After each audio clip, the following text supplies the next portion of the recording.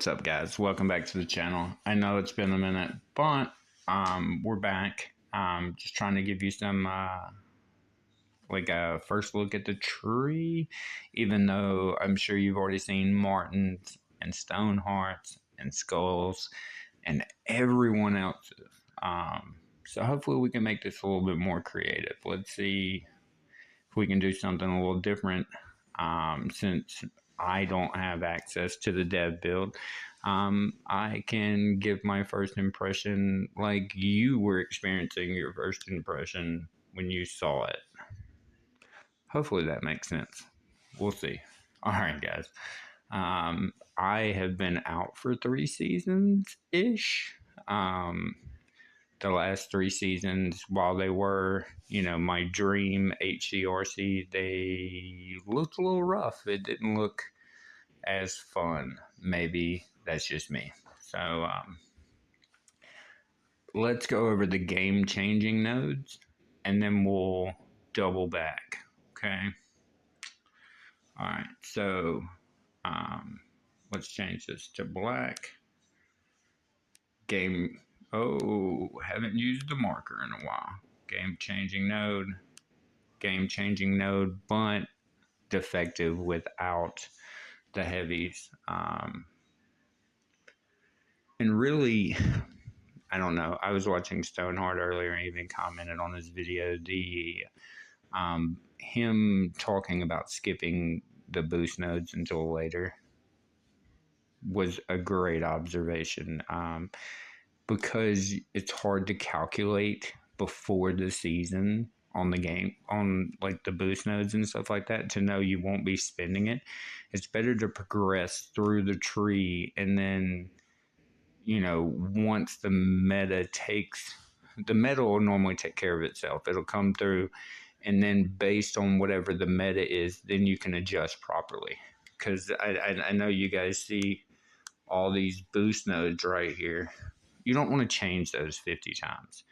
And yes, it's cool to have 400 DBD or 500 TD, but more likely than not, there's going to be a balance at the end of the season. You're going to see probably 220, or not 200, probably 180 BH, probably 150 DBD, maybe 100 GB, 100 TH, and then the remaining amount towards the TD. It's going to be more balanced. It's not going to be so one-sided. I know last season there was an issue with finishing bases and stuff like that, so maybe all these boost nodes were made so that it could be more of an offensive season, especially with there only being 2 protos. But yeah, I mean, at least in the beginning, it's going to be a base race. We know that, right? So, like, all this right here screams base race, because you have single point and you have rifles, but not only rifles, but you have warriors going into 3. So, if you're not going to say it 2, I don't know, rifles might be still just as fast. I don't know. It just depends. One of those 2 are going to be your main troop until you get over here, which is the lasers, which I think will come into play. You'll do like 1 HC, 1 or 2 HC, maybe 1 boat of rifles, and then because the rifles stand in front of the lasers, then do the lasers, or just rifle laser. But I think that'll be your meta post rifle warrior. But that's just me looking at it right now. Just a basic breakdown, especially when you have, especially when you have the shock bomb right there. Because normally it's not a game-changing node, but early on, shock bomb, normally they put it at the end of the tree, but now this season when all we have is fucking single point, now you put the shock bomb at the beginning of the season, as if we really needed shock bomb to shock a cannon. I don't know. anyways, we have it. Yay.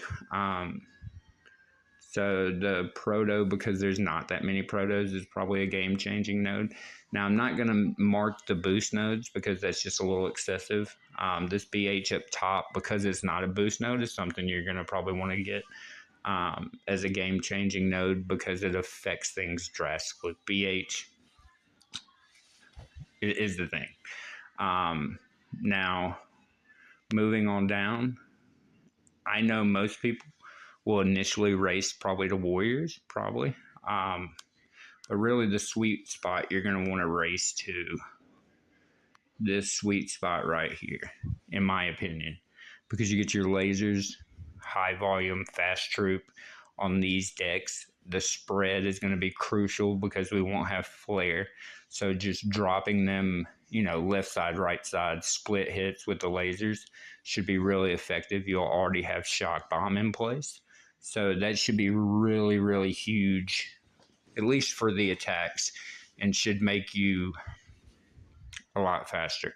Even if it's rifles, I think a lot of people will do rifles. A lot of other people will do HCs, but the lasers outpace the HCs, and with the heavies only being level 1, probably not going to be so great. But that's where we introduce the splash. The splash is what's going to be critical to kill those rifles, to kill those warriors, and even to kill those lasers. Because there's not as much, there's not as many defenses this go around. When you do get them, should be an impact, should be a rank up, especially if you're getting them at a decent time. Then you go back to the boost.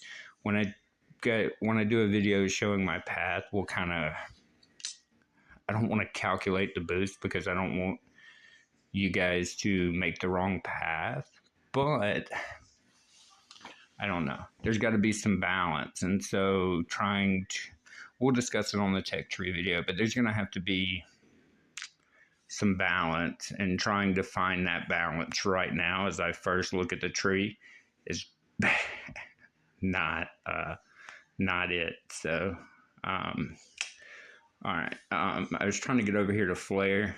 That's a game-changing node because you won't have it until then, and then the hits become incrementally better. And me navigating this tech tree, also shout out to Martin. I begged him for a tech tree after the tree came out, and he hooked me up. Again, we're kind of ignoring the boost nodes for right now, but another kind of critical area is going to be this strip right here, because the mines come into play, stopping if those people are still running rifles, still running warriors, or even if they're running lasers, rifles, or mines are crucial for that.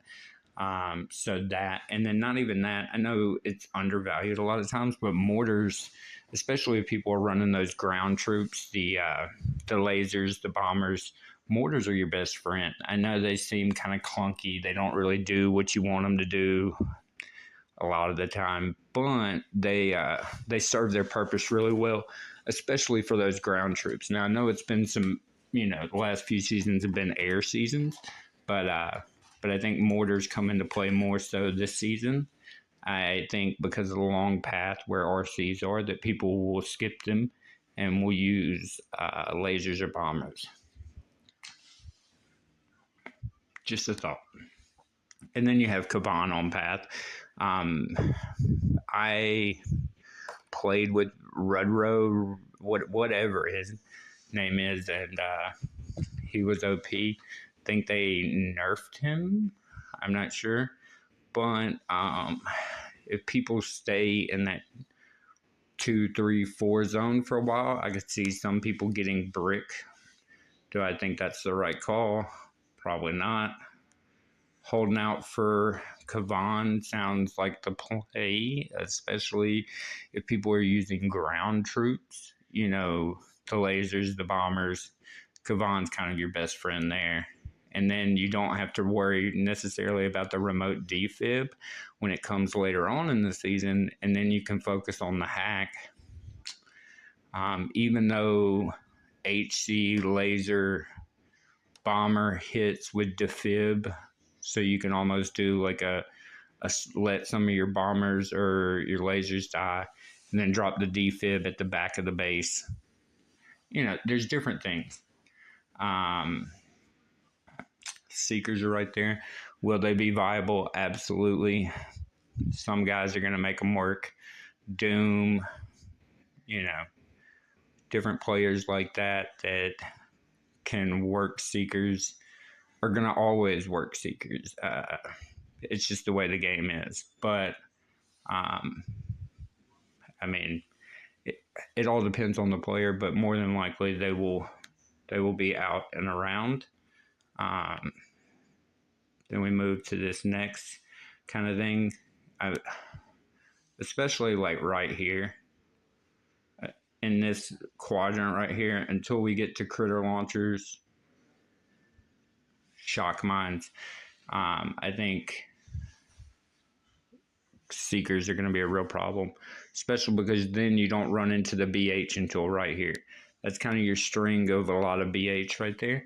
You don't run into that until then, and so there's going to be a lot of TD on deck, a lot of TH on deck, a lot of GBE on deck, with only one BH, the 50 back there that I've marked as a game-changing node. And so they're going to have their time for about 2 or 3 days where they're going to smash everything. I would almost keep going. It depends on, you know, what we're dealing with, but I almost would keep going to 7 and then finish 7 before I come back up here. But it just depends on how people are using the remote hack and the defib, on whether or not you keep pushing forward or you step up top to get that. Because bullet being at the end of that makes me not, I love HCRC, but it makes me not even want to go up there. May that change? Quite possibly. Could always change. But yeah. And then we get into more of the offensive, because the bombers, the critters, the heavies kind of help you with that. And then we basically have a final week of everybody playing boost bingo right here, kind of deciding what to get, what not to get. But do notice that some of the actual health nodes are more expensive because the other ones are 1. Like, I know this BH right here is 30. I thought it would normally be 28. Maybe I'm wrong on that. I could be completely wrong. But those are just the first few observations of the tech tree. Yeah, I'm going to do a full path and break down all the boost nodes after that. I have a better picture of the tech tree by then. Was just trying to throw something together for you guys because I haven't been here in a while. But yeah, hope you guys have a great Friday. We'll get going in the weekend. It might be Saturday afternoon before I post the tech tree. Maybe Sunday. Maybe we'll do a tech tree talk with Martin on Discord or on stream. We'll figure something out. I just know my college football team plays at lunch tomorrow, so we're going to get that in. And then after that, we'll be locked in for Boom Beach. Yeah. So you guys have a great few days, and I'll see you guys shortly. If you have any questions, comments on Telegram, on Discord, feel free to reach out. And yeah, we'll get you some help. All right, guys. Have a great day. It's the Tiffany's and bottles of bubbles. Girls with tattoos who like getting in trouble. Lashes and diamonds, ATM machines. Buy myself all of my